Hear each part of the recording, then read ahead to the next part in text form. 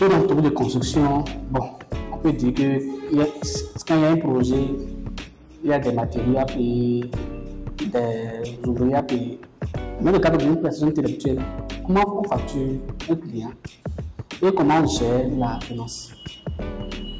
Bon, moi, ma facturation est basée sur le temps escompté. C'est-à-dire que j'ai des collaborateurs. Donc, quand on amène un projet, on a déjà notre base de données. Une semaine de travail avec une équipe composée d'un ingénieur de tel. Enfin, on a calibré des équipes.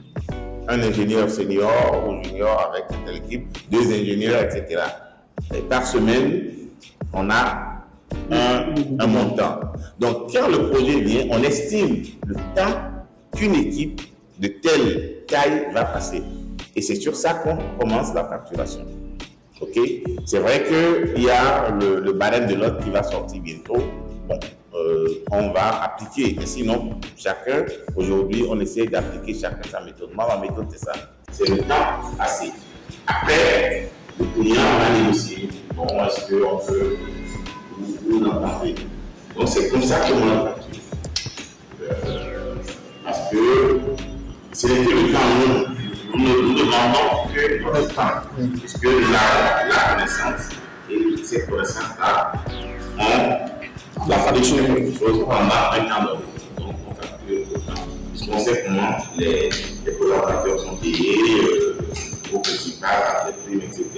Donc, une semaine de travail, on sait, une journée de travail, on sait. Ok, donc tous les collaborateurs sont au courant de ce barème. Oui. Maintenant, ça c'est le bureau qui facture ça. Si. Donc ça ne dérange pas les collaborateurs. Si c'est que ok, mon temps est facturé au client, je prends un exemple très simple, 40 000 francs l'heure. Alors que si je sais que je suis payé à tel montant le mois, que je travaille 22 jours par mois, donc par jour je suis à tel montant, il faut essayer de voir qu'à la fin de compte, sur les 40 000 francs qu'on facture au client, je ne sais que 7 000 francs par heure. Il peut se demander. Déjà,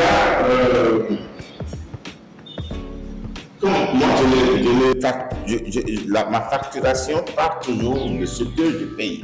C'est-à-dire qu'il y a le net, il y a un certain nombre de charges, etc.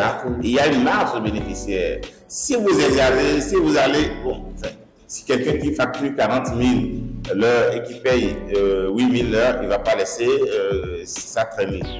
Ça c'est clair. Moi, je laisse traîner parce que je parle sur ce que les différents, parce que c'est calibré. Les ingénieurs ont leurs tarifs, les L3 ont leurs tarifs, donc, et après il y a l'ancienneté qui joue. Donc, je parle d'abord sur ce que je paye de façon complète et les différentes charges. Après, je mets la marge bénéficiaire. Donc, les taxes et tout ça, je mets.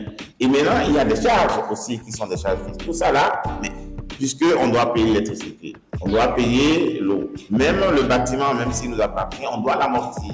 Oui. Donc, tout ça, on met dedans. Donc, c'est pas parce que l'heure vient, je dis n'importe quoi, à 45, 50 000, qu'il va dire non. Parce que dans ça, tu as mis tout. Avant de facturer. Puisque, bon, les ordinateurs, il faut, les licences des logiciels, il faut les renouveler, etc. Donc, tout ça là, on met d'abord l'heure, on met les choses, tout ce qui est comme charge dans le mois et enfin, on répartit évidemment, puisque dans un mois, il n'y a pas qu'un seul projet, mais c'est toute de comptabilité analytique qu'on fait et tout ça, pour aboutir au fait que pour telle taille, donc il sait que ce n'est pas, parce qu'on doit gagner dessus, on ne crée pas, on n'est pas une ONG, on n'est pas là pour faire de la... Et c'est là la question de la transparence aussi joue. Le fait que vous êtes transparent avec eux, ils n'ont pas imaginé que, bon, vous faites beaucoup de bénéfices sur eux. Voilà. Bon, même si je fais... En fait, les projets, il y a des projets pour lesquels la facturation va au-delà même de ces choses-là. C'est parce que...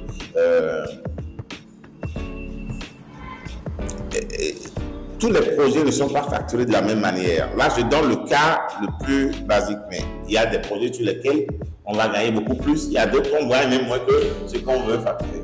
Oui. Bon, donc, qu'on gagne plus ou qu'on gagne moins, ce qui est important, c'est que ce sur quoi vous vous êtes entendu là, il puisse l'avoir. Le reste, c'est sur les primes.